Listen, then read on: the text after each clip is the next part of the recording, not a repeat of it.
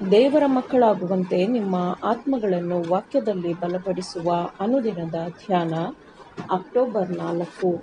Ellen G white ರವರ sons and daughters of god ಎಂಬ ಪುಸ್ತಕದ 278ನೆಯ ಪುಟ. ಶೀರ್ಷಿಕೆ: ಸತ್ಯದಲ್ಲಿ ನಡೆಯುವುದರಿಂದ.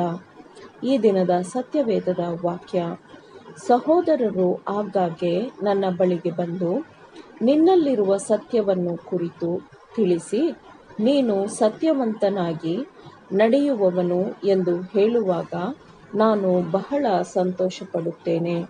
3 ಯೋಹಾನನು 3ನೆಯ ವಚನ.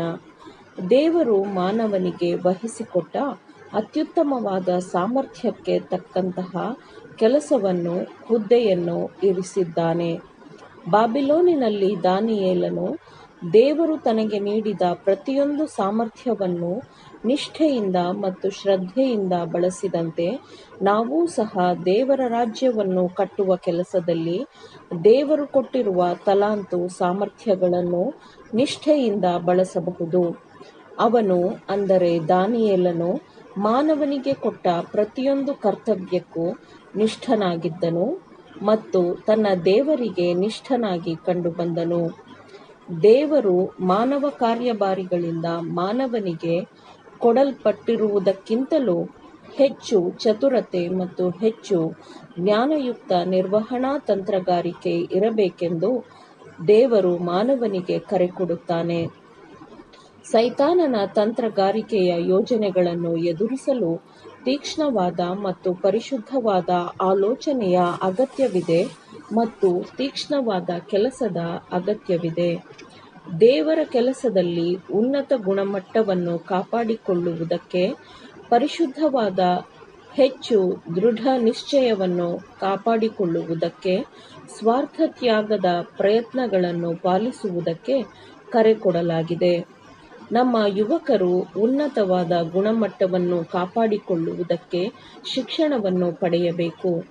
ಅವರು ಈಗ ತಮ್ಮ ಶಾಶ್ವತವಾದ ಅಂತ್ಯಸ್ಥಿತಿಯನ್ನು ನಿರ್ಧರಿಸುತ್ತಿದ್ದಾರೆ ಎಂದು ಅರ್ಥಮಾಡಿಕೊಳ್ಳಲಿ.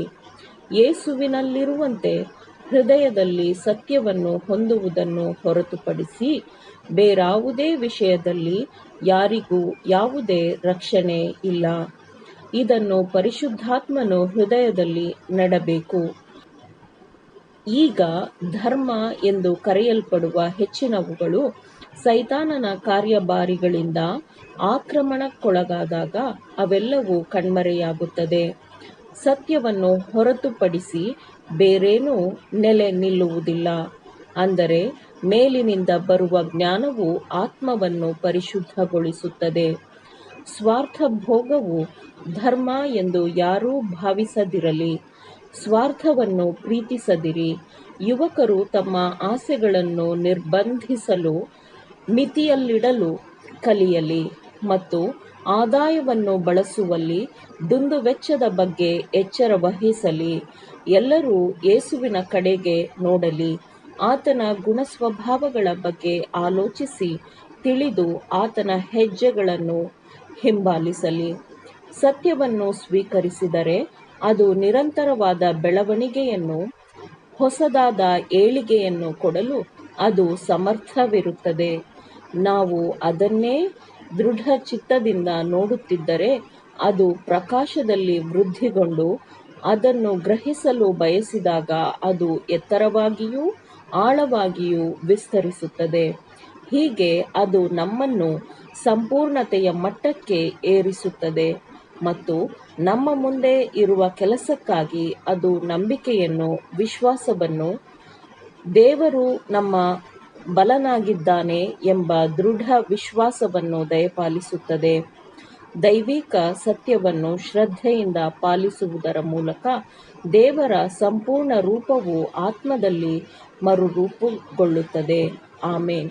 ದೇವರ ವಾಕ್ಯಗಳನ್ನು ಶ್ರದ್ಧೆಯಿಂದ ಆಲಿಸುವವರು, ಪಾಲಿಸುವವರು ಆಗಬೇಕೆಂದು ನಿಮ್ಮನ್ನು ಉತ್ತೇಜಿಸುತ್ತೇನೆ. ಪರಿಶುದ್ಧಾತ್ಮನ ಸಹಾಯದಿಂದ ಆಲಿಸಿದ ನಿಮ್ಮೆಲ್ಲರಿಗೂ ಧನ್ಯವಾದಗಳು. ಮತ್ತೆ ದೈನಂದಿನ ಧ್ಯಾನಕ್ಕಾಗಿ ನಾಳೆ ಸಂಧಿಸೋಣ. ಆಮೇನ್.